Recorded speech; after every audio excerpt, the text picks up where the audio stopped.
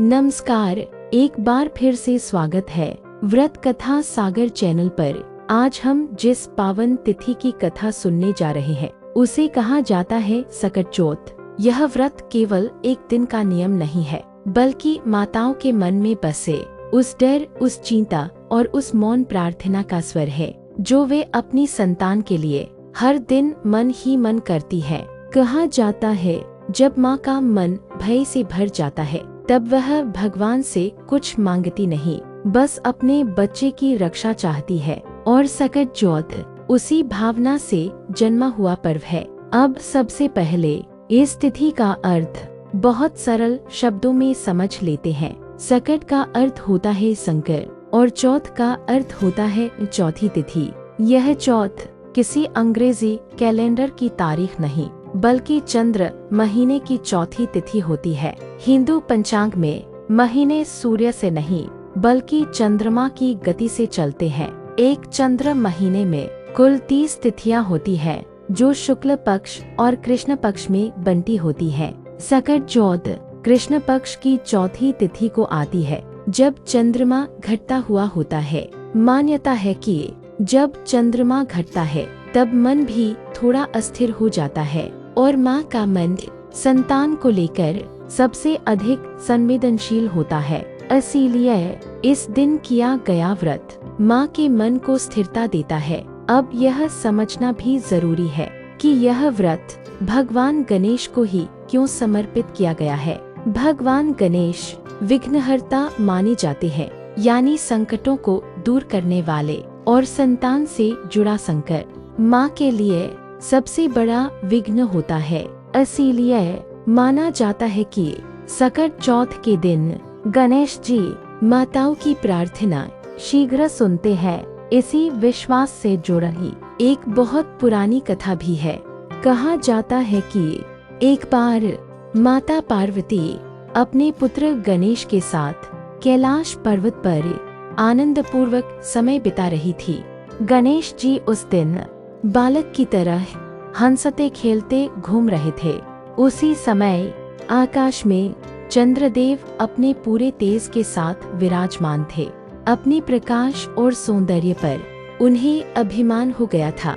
जब उन्होंने गणेश जी के स्वरूप को देखा तो उनके मन में हंसी और उपहास आ गया। यह बात माता पार्वती को बहुत दुखद लगी। उन्होंने चंद्रदेव से कहा कि आज से जो भी व्यक्ति इस दिन तुम्हारे दर्शन करेगा उसे किसी न किसी संकट का सामना करना पड़ेगा। चंद्रदेव भयभीत हो गए और तुरंत माता पार्वती से क्षमा मांगी। तब माता पार्वती ने कहा कि जो व्यक्ति इस दिन मेरे पुत्र गणेश का स्मरण करेगा, व्रत रखेगा और नियम से चंद्र दर्शन करेगा, वह संकट से सुरक्षित रहेगा। यहीं से इस व्रत को सकट चौथ कहा जाने लगा, संकट से रक्षा करने वाला व्रत। अब आइए समझते हैं कि माताएं यह व्रत कैसे करती हैं। सकट चौथ के दिन माँ सुबह जल्दी उठती है, स्नान करती है और साफ सादे वस्त्र पहनती है। यह सादगी इस बात का संकेत है कि यह व्रत दिखावे का नहीं, भावना का है। स्नान के बाद माँ मन ही मन एक संकल्प लेती है कि आज वह अपने मन, वाणी और व्यवहार पर नियंत्रण रखेगी और पूरी श्रद्धा से अपनी संतान के लिए प्रार्थना करेगी। दिन भर कुछ घरों में अनाज नहीं खाया जाता, कुछ माताएं निर्जल व्रत रखती हैं, कुछ केवल जल या फल लेती हैं और कुछ अपने शरीर की क्षमता के अनुसार हल्का भोजन करती है। यहाँ यह बात समझना बहुत जरूरी है कि भगवान गणेश कभी यह नहीं देखते कि व्रत कितना कठिन था, वे यह देखते हैं कि भावना कितनी सच्ची थी।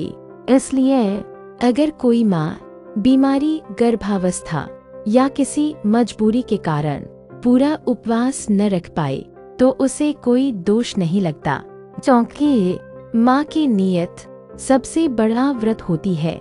दिन भर माँ कोशिश करती है कि वह क्रोध न करे, झूठ न बोले और नकारात्मक विचारों से दूर रहे।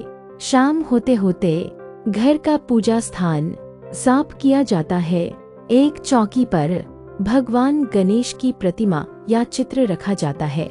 दीपक जलाया जाता है, दूर्वा चढ़ाई जाती है और लड्डू या साधारण भोग अर्पित किया जाता है। लेकिन इस व्रत का सबसे भावुक क्षण तब आता है जब आकाश में चंद्रमा दिखाई देता है। यहीं जरा रुकिए। अगर आप यहाँ तक ध्यान से सुन रहे हैं तो वीडियो को लाइक कर दीजिए और चैनल को सब्सक्राइब करें। यह आपके लिए मुफ्त है, लेकिन हमें ऐसी गहराई से समझाई गई कथाएं आप तक पहुंचाने की प्रेरणा देता है। अब आगे सुनिए। चंद्रमा दिखाई देने के बाद माँ सबसे पहले चंद्र दर्शन करती है। कुछ घरों में चंद्रमा को जल अर्पित किया जाता है, तो कहीं ये सिर्फ हाथ जोड़कर मन ही मन प्रार्थना की जाती है। मान्यता है कि चंद्रमा मन का स्वामी है और इस दिन चंद्र दर्शन करने से माँ के मन का भय धीरे धीरे शांत हो जाता है। इसके बाद माँ भगवान गणेश से हाथ जोड़कर प्रार्थना करती है कि मेरी संतान को हर संकट से बचाइए, उसे स्वास्थ्य, सुरक्षा और सही समझ दीजिए। कई घरों में इसके बाद सबसे पहले संतान को भोजन कराया जाता है, फिर माँ स्वयं व्रत खोलती है। कहा जाता है कि इस दिन झूठ, क्रोध या किसी का अपमान व्रत के प्रभाव को कम कर देता है। इसलिए माताएं इस दिन विशेष रूप से शांत और संयमित रहने की कोशिश करती है।